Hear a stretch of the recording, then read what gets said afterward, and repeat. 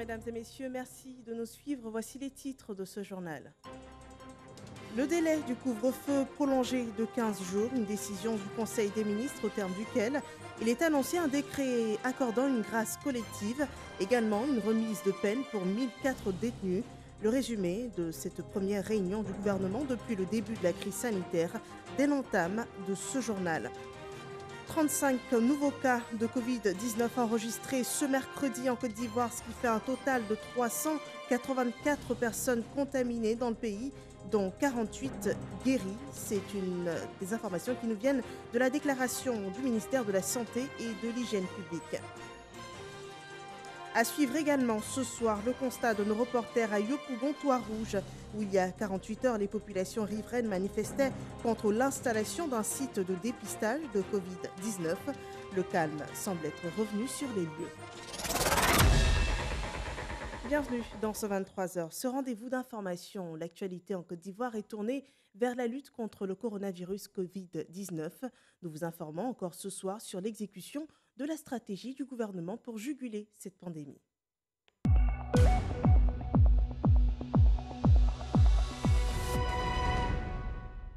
Un conseil gouvernemental s'est tenu ce mercredi avec en fond la crise sanitaire liée au Covid-19. La réunion portait en partie sur le plan de riposte du gouvernement.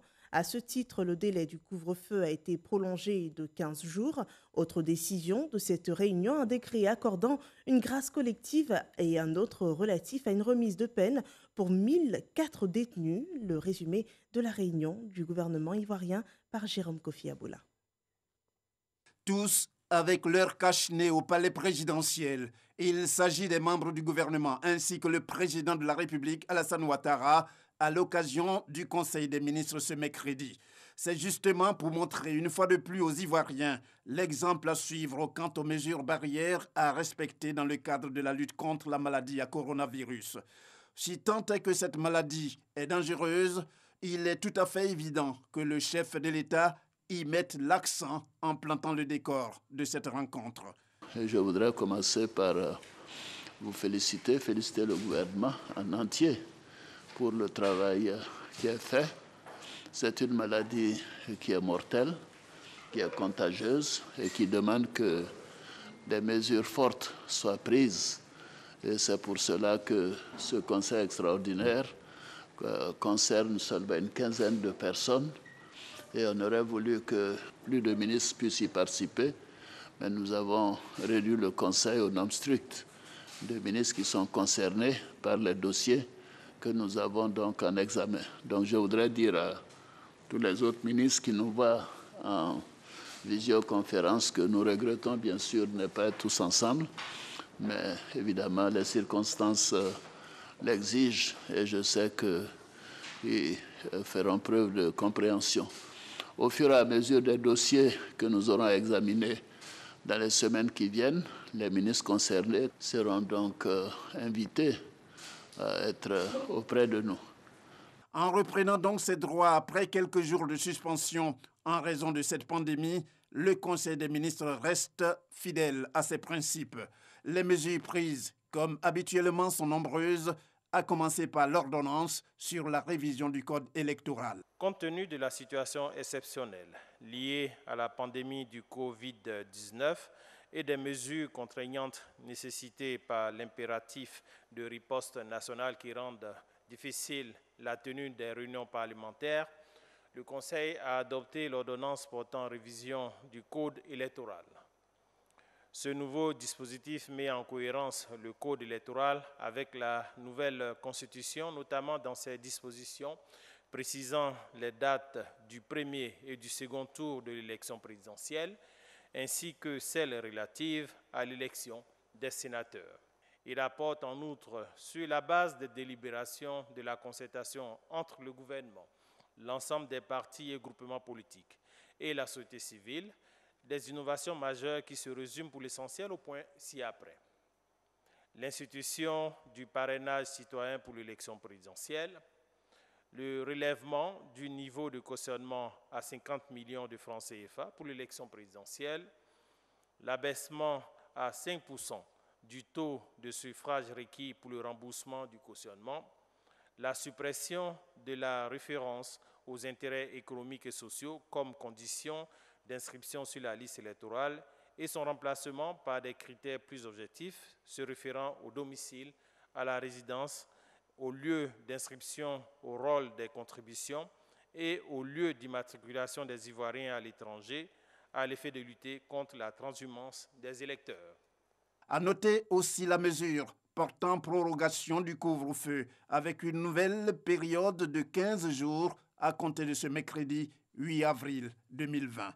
Compte tenu de l'impérieuse nécessité de renforcer et de consolider les mesures de riposte contre la pandémie liée au coronavirus, au regard du nombre croissant de personnes contaminées, ce décret proroge le couvre-feu instauré sur l'ensemble du territoire national le 24 mars 2020 pour une nouvelle période de 15 jours allant du 8 au 24 avril 2020 de 21h00 à 5h00 du matin. Les décrets au cours de cette réunion, on en cite deux. L'un relatif à une grâce collective et l'autre sur une remise de peine, surtout pour les détenus qui n'attendent plus que 2 mois pour leur mise en liberté. Le président de la République, faisant usage de son pouvoir de grâce, a accordé une remise gracieuse des peines privatives de liberté aux détenus condamnés.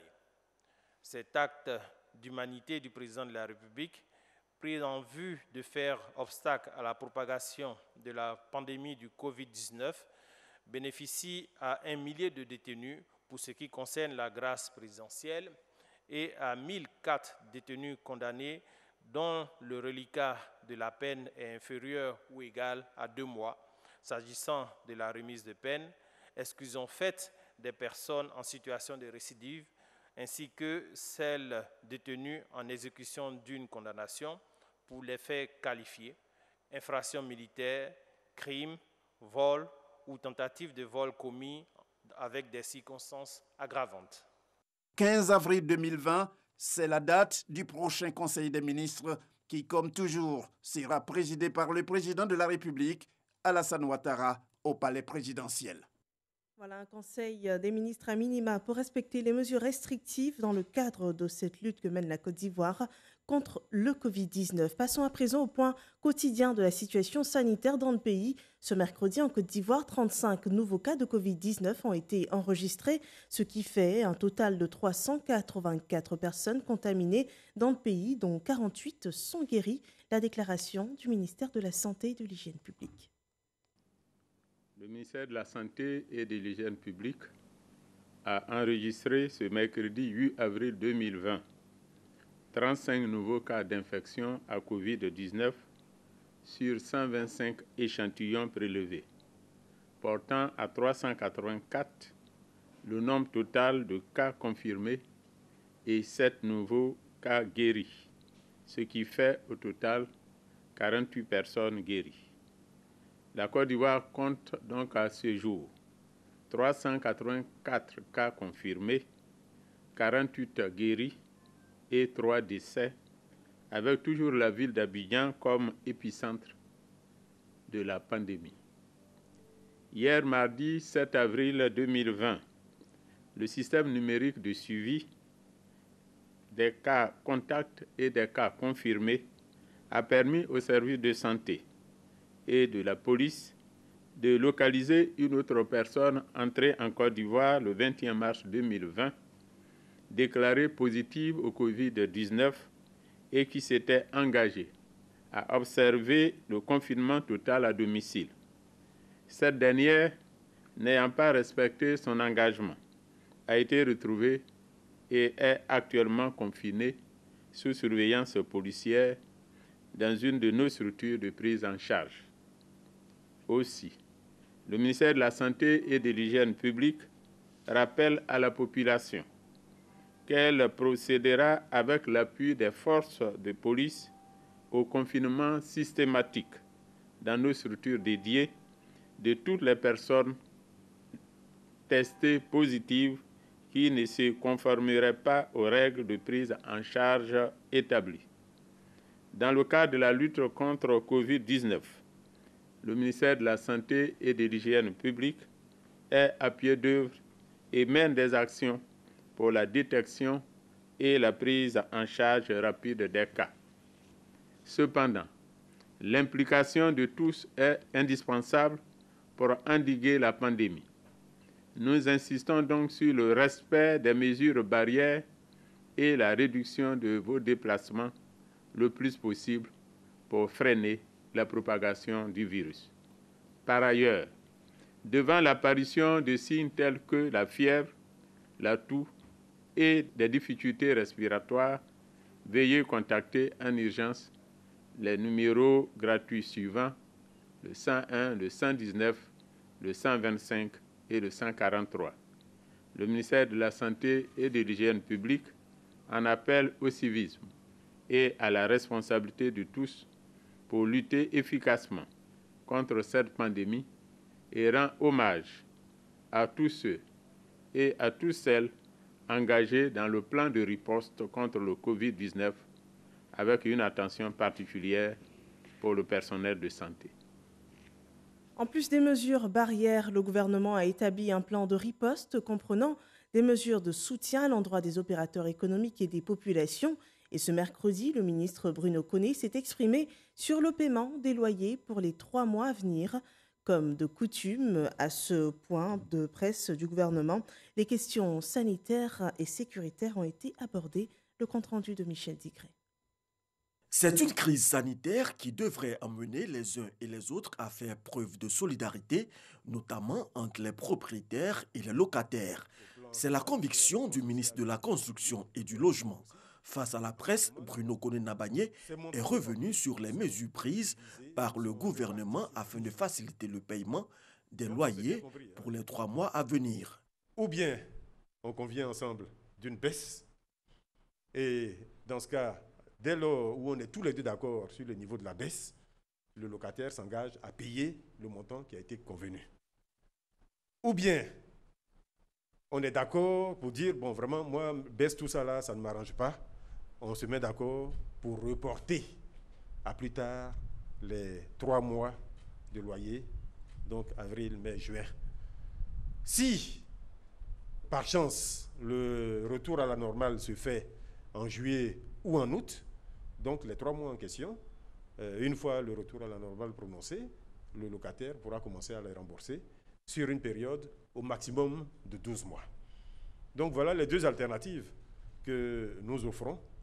Il n'y a donc pas d'annulation en tant que telle, sauf, il y a quand même une exception, sauf pour les baux commerciaux quand l'activité est totalement arrêtée.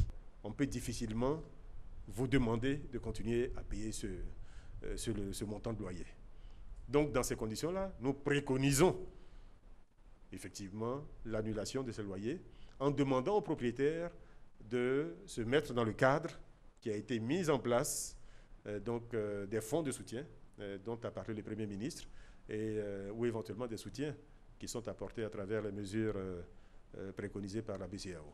C'est dur pour tout le monde, c'est pour cela que nous insistons à nouveau, et je vais vraiment terminer par ça, sur la nécessaire solidarité.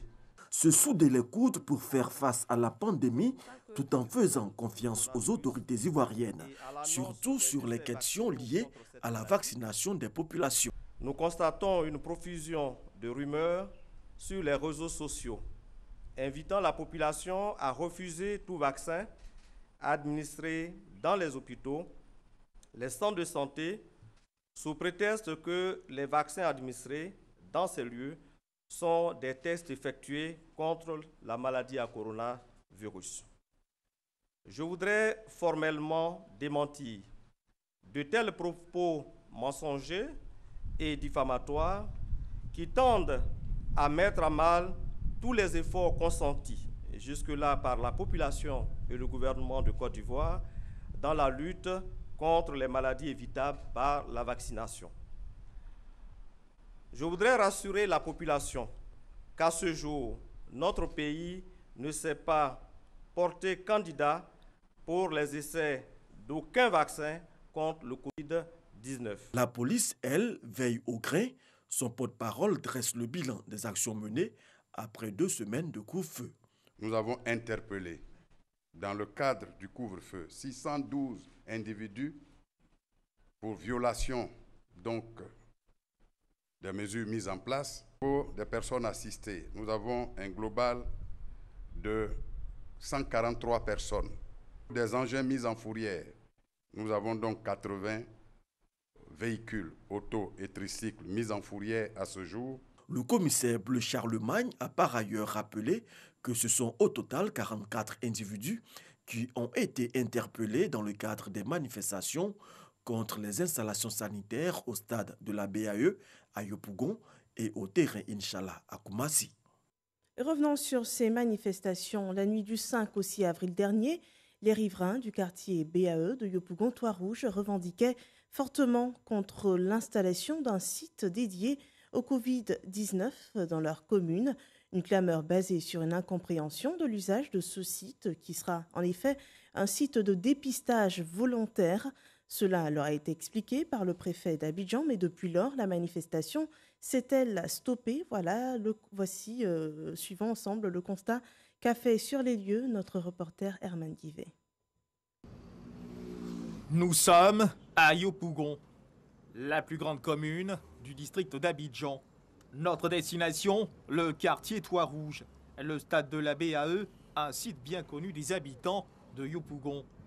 Chemin faisant, nous notons une forte présence policière, discrète mais dissuasive, pour sans doute sécuriser les lieux. Car il y a quelques jours, les populations du quartier en colère manifestaient contre l'installation d'un centre en préfabriqué, croyant accueillir un centre pour personnes infectées.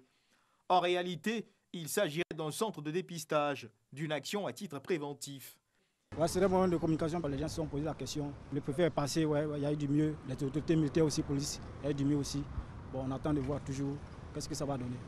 Les vestiges de cette colère d'une nuit, eux, restent encore bien visibles. À l'intérieur du stade de la BAE, les éléments des forces de sécurité sont bien présents. Je crois qu'il y a le dispositif. Bonsoir.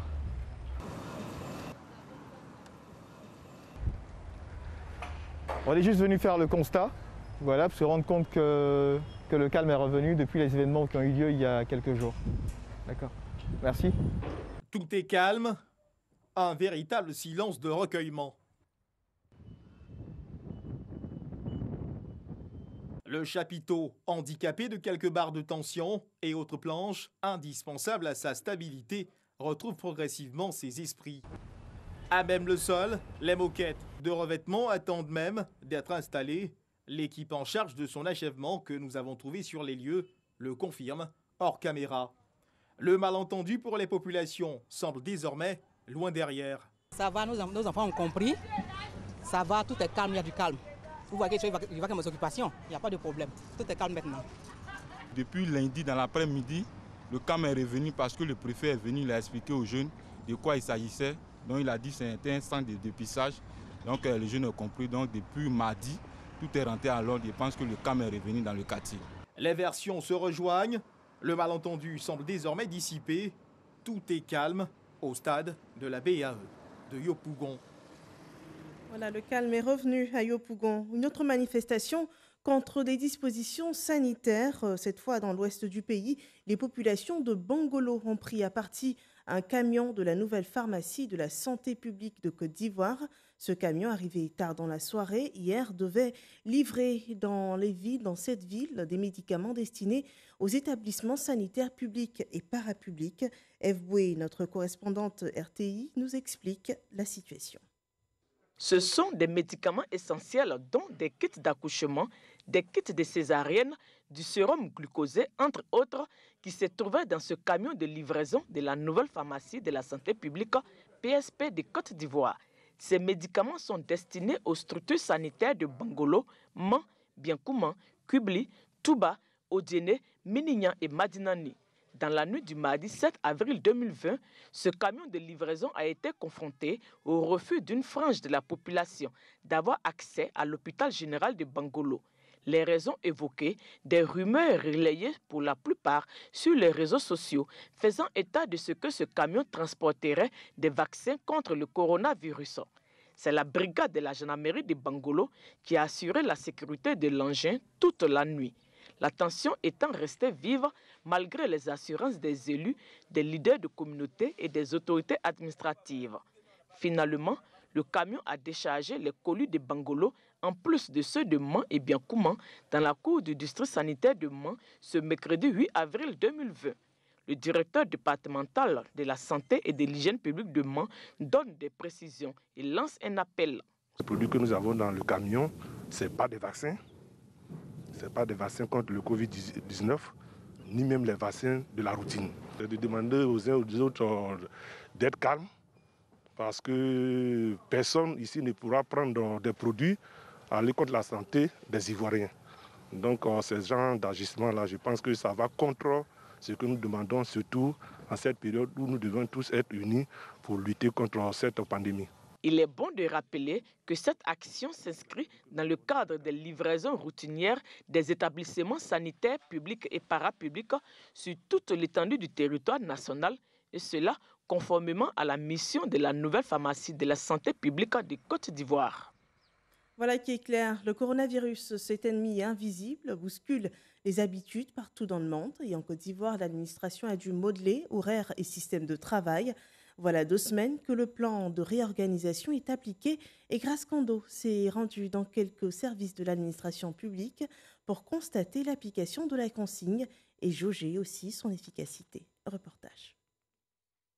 En application des mesures prises par le président de la République, le ministre de la fonction publique a pris un arrêté portant sur la réorganisation des horaires de travail. Désormais, les horaires de travail sont fixés de 8h à 14h et la rotation pour faciliter le respect de la distanciation de 1 mètre préconisée entre les personnes. 15 jours après, quelle est la réalité?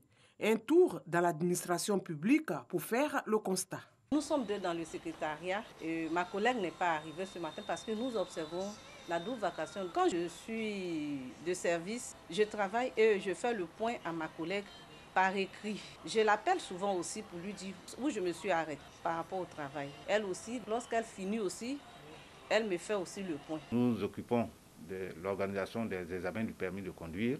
Donc nous avons arrêté les examens du permis de conduire. Nous avons également arrêté les cours dans les auto-écoles. Donc les auto-écoles, en ce qui concerne les enseignements, sont fermés et les examens dans les centres d'examen du permis de conduire sur l'ensemble du territoire sont également arrêtés. Au ministère de l'Environnement, par exemple, on opte pour la visioconférence. Les réunions importantes du ministère se tiennent en ce moment par téléconférence ou par vidéoconférence. Les organisateurs indiquent un lien Internet et à partir de ce lien-là, tous les participants se connectent et on échange à partir de nos bureaux. Le ministère de la fonction publique souhaite que chaque fonctionnaire et agent de l'État s'approprie l'ensemble des mesures prises pour en être le relais partout où il se trouve. Le gouvernement a donné des prescriptions qui sont mises en musique par les différents départements ministériels, notamment le ministère de la fonction publique, et qui demandent à ce que chaque agent joue sa partition. Chaque ministère réorganise de façon méthodique et stratégique son fonctionnement à l'effet de répondre aux préoccupations des Ivoiriens dans leur ensemble. Et chaque fonctionnaire et agent de l'État doit être le relais partout où il se trouve pour faire face à cette crise et jusqu'à ce que la crise prenne fin. Pour rappel, l'arrêté portant réorganisation de l'administration publique a été pris le 23 mars dernier. Et dans cette période de crise sanitaire, l'activité des artistes de Côte d'Ivoire est mise en berne. Ils ne sont pas oubliés, ils ont reçu des dons en vivres et non vivres, et également un soutien financier. Le point avec Franck Quadio. Des affiches du spectacle et un palais de la culture sans activité. L'écosystème du spectacle est en berne, comme tous les autres secteurs d'activité dans le monde. Impact du coronavirus oblige, difficile pour les créateurs d'art.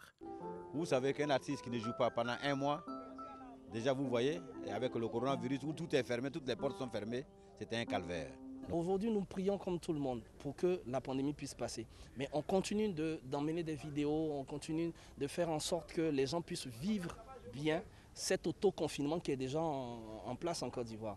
Mais la vague d'action de l'État en faveur des différents maillons de la société n'a pas épargné l'univers des artistes. Un plan d'urgence est donc annoncé par le ministre de la Culture et de la Francophonie par intérim, Raymond Goudou-Kofi.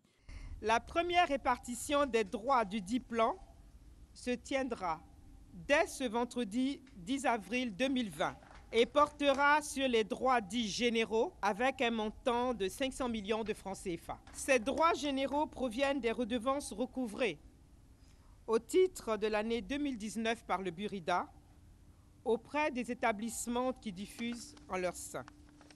Toutes les catégories de titulaires de droits membres du Burida, à savoir les titulaires de droits d'auteur et les titulaires de droits voisins, sont touchés par cette répartition.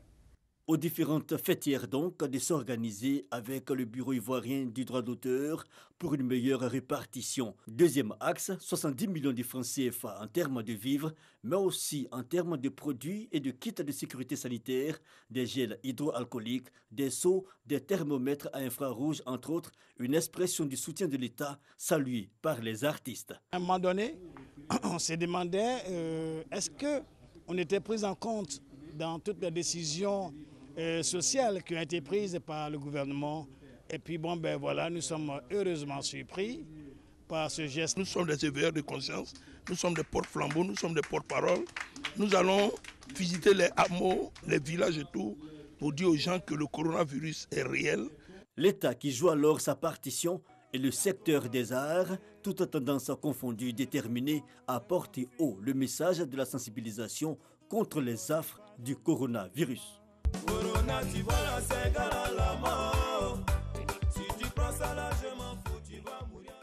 Voilà les artistes qui contribuent à cette lutte contre le coronavirus.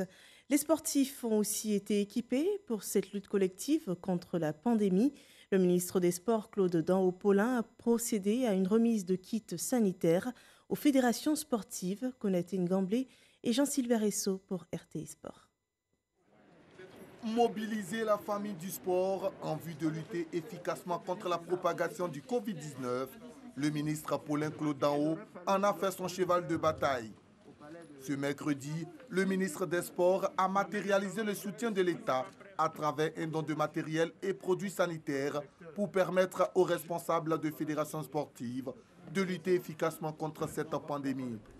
Des dons composés de dispositifs de lavage de mains, de cartons de savon, de gel désinfectant et des masques de protection.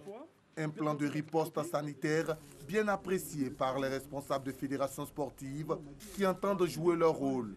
Les mesures qui ont été édictées, il faut les respecter. Je pense qu'on nous donne l'occasion ici d'avoir le matériel qu'il faut pour respecter ces mesures-là. Dans le combat contre la propagation du Covid-19 en Côte d'Ivoire, Claude Paulin Danhaut veut faire des responsables de fédérations un vecteur de lutte contre la pandémie. Pour le ministre des Sports, cette crise sanitaire doit être également l'occasion pour les acteurs du sport de former une chaîne de solidarité plus forte que le Covid-19. Aujourd'hui, plus que jamais, le sport doit être vecteur de cohésion pour sauvegarder la vie, pour sauvegarder la paix dans notre pays, pour sauvegarder tout simplement notre bien-être. Mais bien avant, soyons simplement vigilants. Soyons prudents et respectons les mesures barrières pour rester en vie, pour que demain, justement, nous puissions pratiquer le sport, source de vie. Outre ces dons, le ministre a annoncé le paiement des subventions aux fédérations sportives avant d'inviter le mouvement sportif ivoirien à observer les mesures de prévention recommandées par le gouvernement. Au total, ce sont 75 fédérations regroupant plus d'1 million de licenciés qui bénéficient du soutien de l'État de Côte d'Ivoire dans la lutte contre le coronavirus. Voilà, merci de nous avoir suivis. Avant de terminer ce journal, nous rappelons que s'est tenu ce jour le premier conseil gouvernemental depuis le début de la crise sanitaire en Côte d'Ivoire. un gouvernement sur fond de crise sanitaire liée au Covid-19 présidé par le président Alassane Ouattara. La réunion portait en partie sur le plan de riposte du gouvernement contre la pandémie et à ce titre, le délai du couvre-feu a été prorogé de 15 jours. Autre décision, un décret accordant une grâce collective et un autre relatif à une remise de peine pour 1004 détenus. Merci de nous avoir suivis. Ce journal est terminé. Veillez au strict respect des mesures barrières chez vous et partout où vous irez. Portez-vous bien et bonne soirée.